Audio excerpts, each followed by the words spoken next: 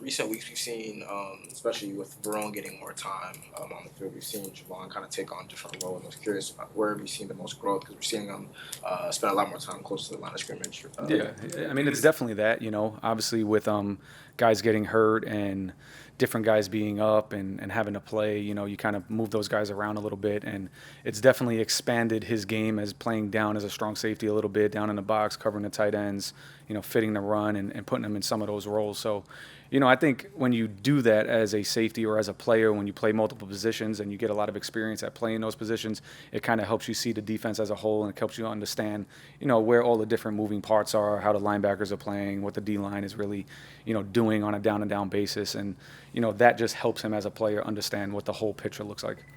And in that, it's also been a lot of growth from Verone McKinley, and just where you've seen him go from when he first came in as an undrafted rookie to now starting out of necessity and oftentimes contributing. Yeah, no doubt. I think one thing that it definitely does is build confidence for the player.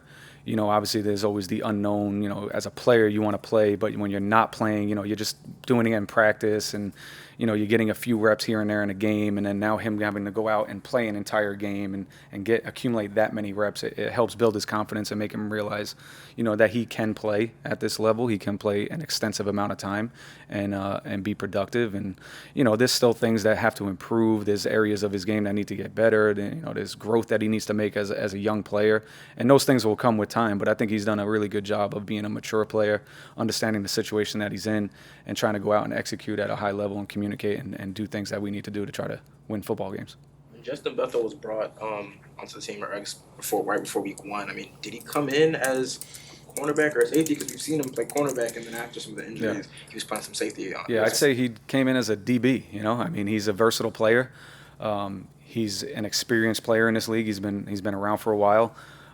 He can play corner. He can play in the slot. He can play as a safety, as we utilized him a little bit last week.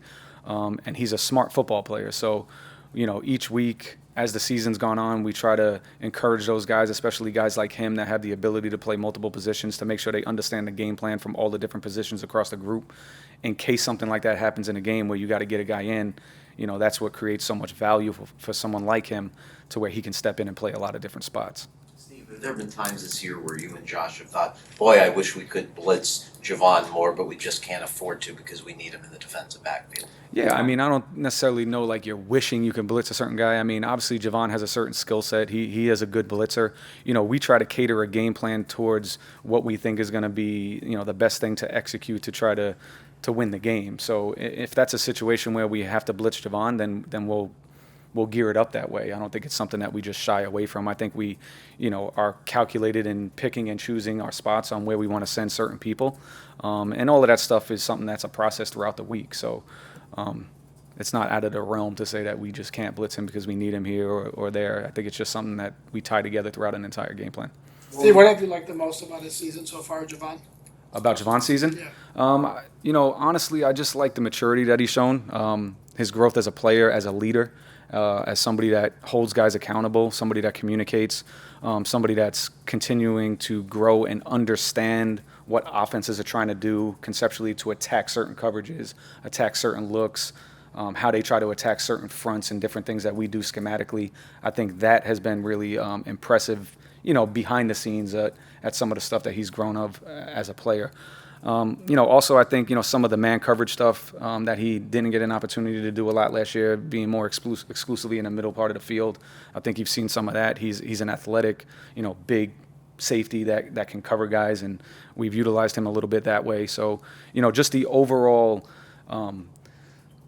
call it collaboration of his game, being able to do different things on a down-to-down basis, I think has really shown up. Quick follow-up, if I may. Based on what he did last year, I think there might have been an expectation that he would have like really big numbers in terms of splash plays. Was that a little bit unfair in terms of basically the place have to, the opportunities have to present themselves, or are they been missed opportunities? Yeah, I mean, a lot of people get caught up in saying that you have to have so many picks or a certain number of sacks or a certain number of tackles. I mean, the game of football, honestly, it just doesn't go that way. I mean, some of these guys that lead the league in picks, I mean, half of them might be just tip balls and overthrows that just happen to fall into their lap. So if you really go back and you study the tape and you look at it schematically of what the player's doing, is he executing his job? Is he doing the right thing within the defense? Is he a disciplined player? And is he doing exactly what we need him to do on a down-to-down basis to execute and win? And he does do that. He does play within the scheme. He doesn't go outside the realm of trying to do too much because the perception is I have to have numbers. Those numbers will come if you do your job and you play within our scheme. The numbers will come if the plays come to you. You got to make the play. So don't really try to get caught up in that too much. Obviously, everybody wants to have 10 picks and lead the league and all that stuff. Yeah, I get that. But if you get too caught up in trying to chase that, you end up being a worse player. What was your honest reaction in Buffalo when already being down Brandon Jones and you don't have Eric Rowe, Elijah Campbell again, and then Javon Holland has to come off to the sideline? What was your honest reaction in that moment? My honest reaction, where's the next guy? Let's go. We got to get somebody out there on the field, and you're thinking hopefully we've prepared these guys enough to where they can go out and execute, and you can put them in position to where they can go play and execute their job. And we do a lot of work throughout the week with all our guys, making sure that they know the game plan and preparing them in case something like that happens. Hey, there's a chance you can go play this position. There's a chance you might have to go play this position. So study, be ready, and when that moment comes, like it did in the game, and Bethel had to step in, he was ready to go. And, it's a credit to him and the process that we go throughout the week. Coach, I was curious if you saw the interception in the Chargers and Titans game in the end zone when the guy tipped the ball back into the end zone. Did you see that? The Chargers and Titans game? No. Which?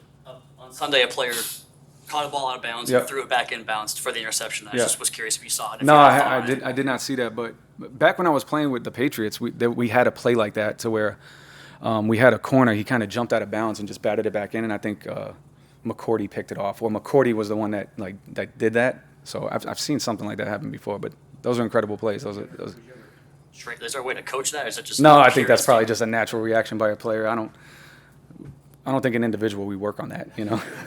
So.